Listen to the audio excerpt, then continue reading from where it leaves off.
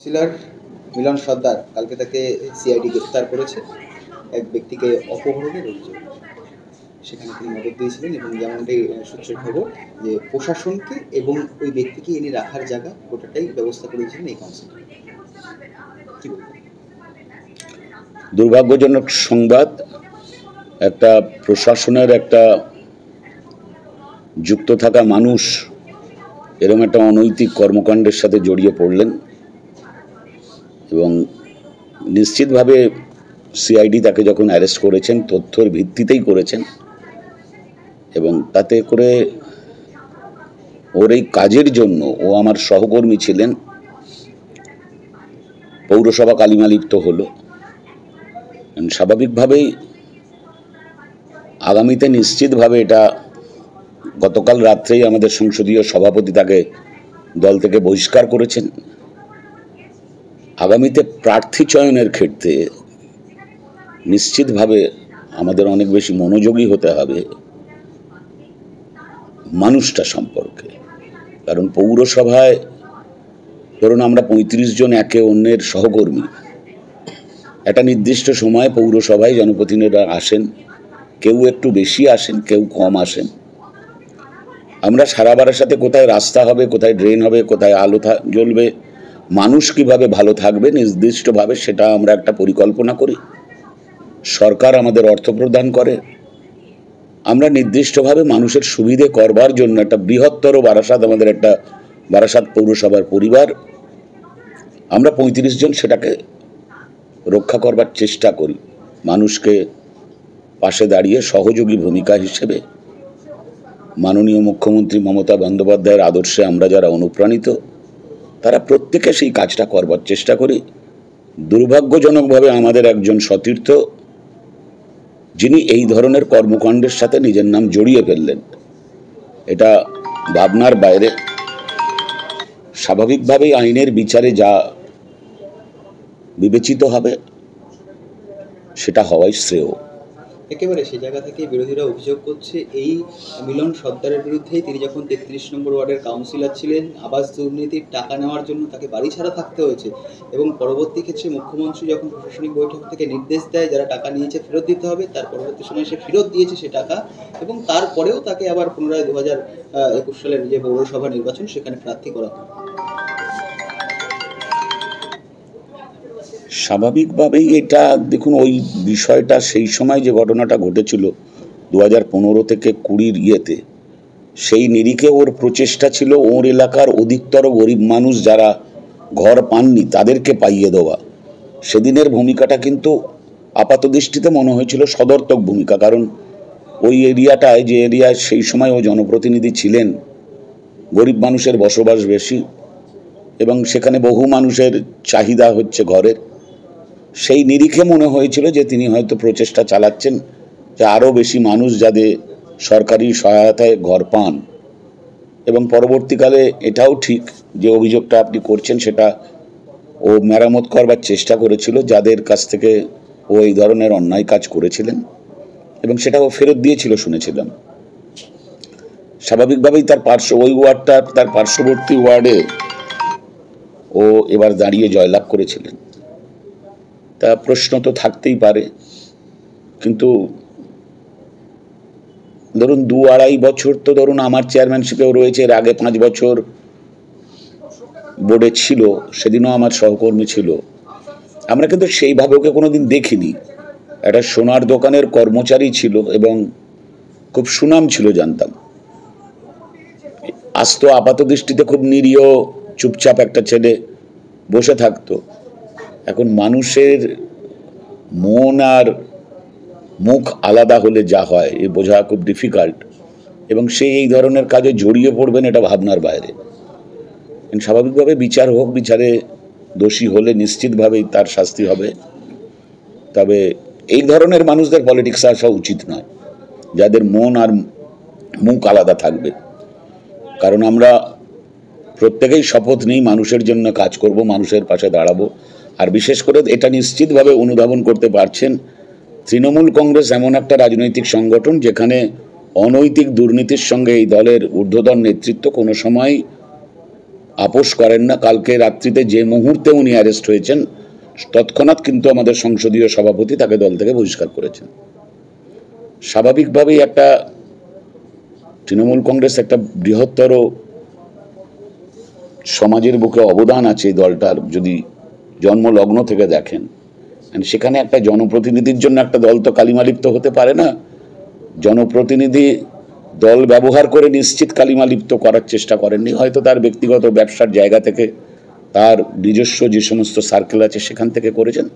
তবে এটা একটা খারাপ কাজ, সবাই নিন্দা করবেন এবং দলের প্রত্যেকটা মানুষের বিরুদ্ধে বলছেন। কিন্তু আপাত দৃষ্টিতে ও যখন মিউনিসিপ্যালিটিতে আসতো তখন তাকে দেখে কখনোই মনে হয়নি এত বড় ক্রাইমের সাথে সে যুক্ত হতে পারে। আপনার ঘনিষ্ঠ থাকার কারণেই এত বারবার কি বলবেন? না, সেটা অভিযোগ। আমার তো 35 জনই আমার সহকর্মী। এই ঘরে এসে যারা বসেন তারাই তো, যারা রোজকার আসেন। তাদের মধ্যে মিলন সর্দার একজন ছিলেন। টিকিট বন্টনের ক্ষেত্রেও ওনার নাম প্রথম পর্যায়ে ছিল না, দ্বিতীয় পর্যায়ে এসেছিল, দ্বিতীয় লিস্টে নাম এসেছিল মনে হয় না। সেক্ষেত্রে আপনার জানাটা সঠিক নয় আমার বলে মনে হচ্ছে।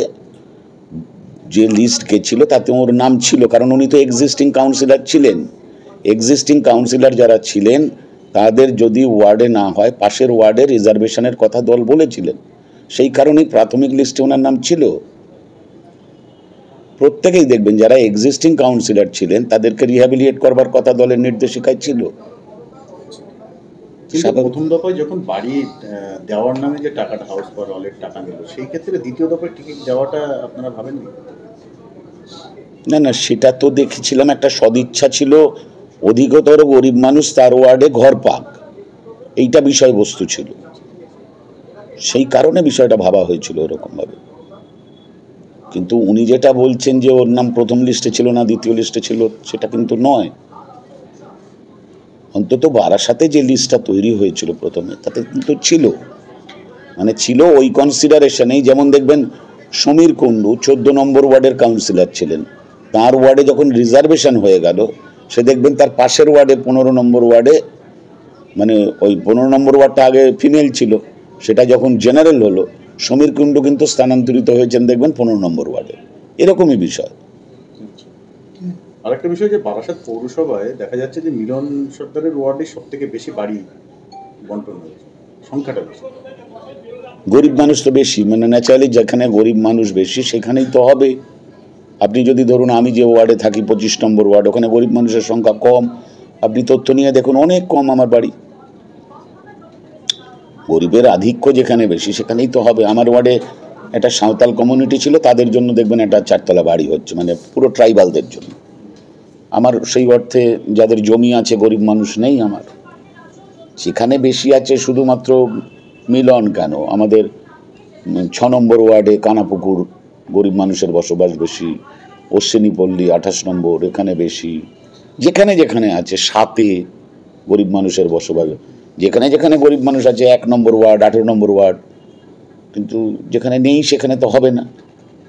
ব্যারাকপুর রোডে নাকি একটা বাজার তৈরি করেছে শুনেছি, সে বোধহয় 2-4 বছর আগে। বাজার না, হাট, অস্থায়ী হাট, আগের বোর্ডে, সেটা 2016 সালটালে বোধ হয়,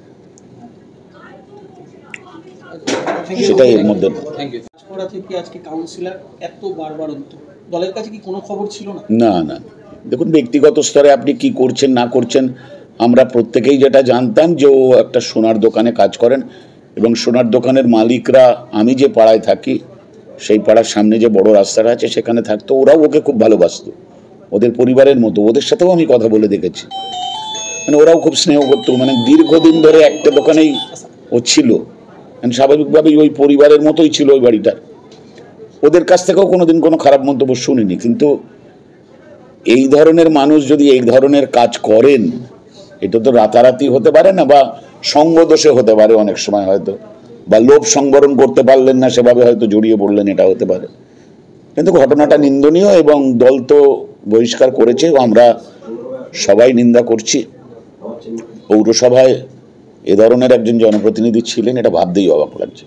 বিরোধীরা একটা অভিযোগ করছেন, বারাসাত পৌরসভার মধ্যে ওয়ার্ডের এক কাউন্সিলরকে গতকালকে গ্রেফতার করেছে সিআইডি, ইতিমধ্যে দল থেকে বহিষ্কৃত করা হয়েছে, সাংসদ জানিয়েছে, কি বলতে নিয়ে? ঠিকই আছে, বারাসাত পৌরসভার সে যে কাউন্সিলরই হোক না কেন, তৃণমূল কংগ্রেসটা এতেই প্রমাণ হয় যে তৃণমূল কংগ্রেস কিন্তু সঠিক জায়গাতেই চলছে।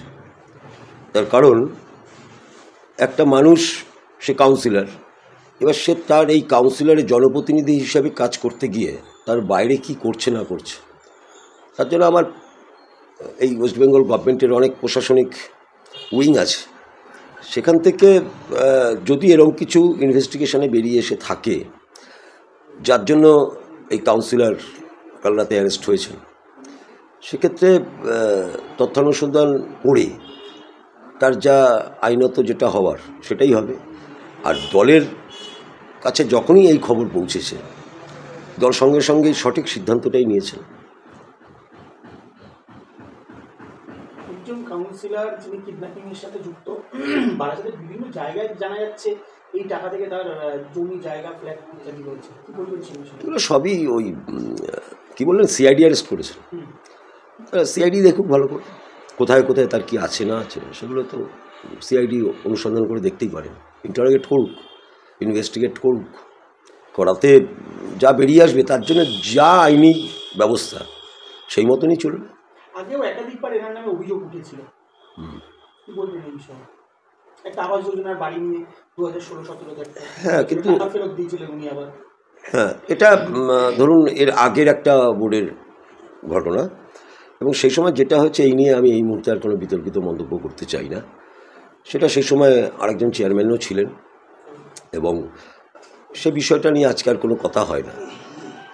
আজকে ঠিক আরজিকর পরিস্থিতি নিয়ে যেরকম পলিটিক্যাল ফায়দা তুলতে অনেকেই এরকম সোচ্চার হন, সেদিন কি হয়েছিল সে বিষয়ে আজকে আর সে বিষয়ে আমি মন্তব্য করবো না। কিন্তু আজকের যে ঘটনা কালকে রাতে আমরা জানতে পেরেছি, তাতে তৃণমূল কংগ্রেস কঠোর পদক্ষেপ নিয়েছে তার বিরুদ্ধে।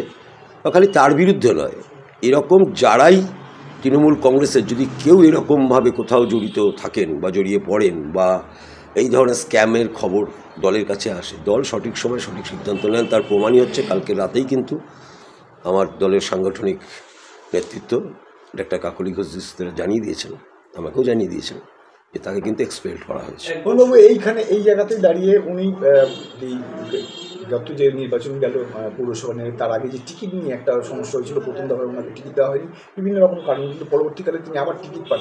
একটা তার প্রভাবশালী তথ্য তার কাছে আসছে যে কে বা কারা তার পেছনে থাকতে পারে, যার জন্য তিনি এতটাই বারবার মানে যেটা মনে করা হচ্ছে বা বিরোধীরা এটা বলছে। দেখুন, 2022 সালের পৌর নির্বাচনের ক্ষেত্রে আপনারা মিডিয়া সম্প্রদায়, আপনারা খুব ভালো করে জানেন ইলেকট্রনিক মিডিয়াতে বাইট দিয়ে যিনি এই লিস্ট কনফার্ম করেছিলেন আলটিমেট, সেটা আপনারা মিডিয়ার লোক খুব ভালো জানেন। স্বাভাবিকভাবেই ঊর্ধ্বতন কর্তৃপক্ষ কোথায় নমিনেশন দিলেন, পার্টি থেকে সিম্বল দিলেন, তো তারাই বলতে পারবে। এই প্রভাবশালী যে তথ্যটা উঠে আসছে, নাহলে একবার ক্যান্সেল হয়ে যাওয়ার পরও আবার পেলে এনার পিছনে যে বা পিছনে অনেক বড় কেউ থাকতে পারে, প্রভাবশালী কেউ, এই যে তথ্যটা আসছে সেই বিষয়টা নিয়ে কী বলবেন, যার জন্য আর এত বারবার হচ্ছে? তথ্য অনুসন্ধান করার কাজ তো আমাদের নয়, তার জন্য তো এই সব উইংগুলো আছে, তারা তথ্য অনুসন্ধান করবে। আমি আপনাকে ক্লিয়ার কাট একটা কথা বলেছি যে দলের আলটিমেট নমিনেশন সিম্বল কারা পাবেন না পাবেন, সেটা ইলেকট্রনিক মিডিয়াতে আমার মনে হয় সম্ভবত বিকেল 3:30-4টের দিকে একটা ইলেকট্রনিক মিডিয়াতে আমাদের অনেক উচ্চ নেতৃত্বের কেউ কিন্তু ইলেকট্রনিক মিডিয়ার কাছে আলটিমেট এই 22-এর পৌর নির্বাচনের টোটাল লিস্ট কিন্তু সেদিন ঘোষণা করেন। এটা আপনারা খুব ভালো জানেন। একজন সোনার কারিগর, তারপরে উত্থান, তৃণমূল কংগ্রেসের টিকিট পায় এবং বিপুল সম্পত্তির অধিকারী।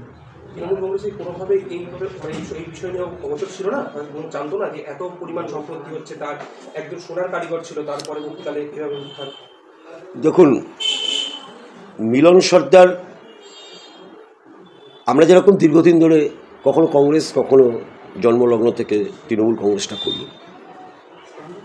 অ্যাকচুয়ালি ডিলিমিটেশনের জন্য রিজার্ভেশনের জন্যই কিন্তু মিলন সর্দার প্রথমবার আমাদের দলের পক্ষ থেকে সিম্বল পায়। কত সাল? সেটা 15 সাল। প্রথম কাউন্সিলর 2015 15 সাল। তা স্বাভাবিকভাবেই তার আগে কিন্তু সে কোনোদিন আমাদের দল করেনি। এবার কোনো একটা ওয়ার্ড, সেখানে কোনো একজন ব্যক্তি সে এসছেন, আছেন, থাকছেন, এবার তার সম্পর্কে এই আজকে যা বলছেন বিপুল সম্পত্তি এই তাই যাই বলছেন, এগুলো সবটাই কিন্তু এই সিআইডিরই অনুসন্ধানের বিষয়। সিআইডি অনুসন্ধান করুক না, তার কি আছে, তার সোর্স অফ ইনকাম কি, তার ইনকাম ট্যাক্স ফাইল আছে কি না, সেগুলো তারা দেখবেন। এগুলো তো আমরা কেউ বলতে পারবো না। তো কার কোথায় কি সম্পত্তি আছে না আছে সেগুলো তো অনুসন্ধানের বিষয়। তো সেগুলো সিআইডি যখন করছে তো সিআইডি দেখবে। এই কাউন্সিলরের এই যে অপকর্মের দায়ভার তাহলে দল নিচ্ছেন না, তাই তো? দলের কোনো দায়ভার নেই? না, দলের কোনো দায়ভার নেই। দলের দায়ভার থাকলে কি আর কানে শোনা মাত্র কি তাকে এক্সপেল্ড করা হয় নাকি?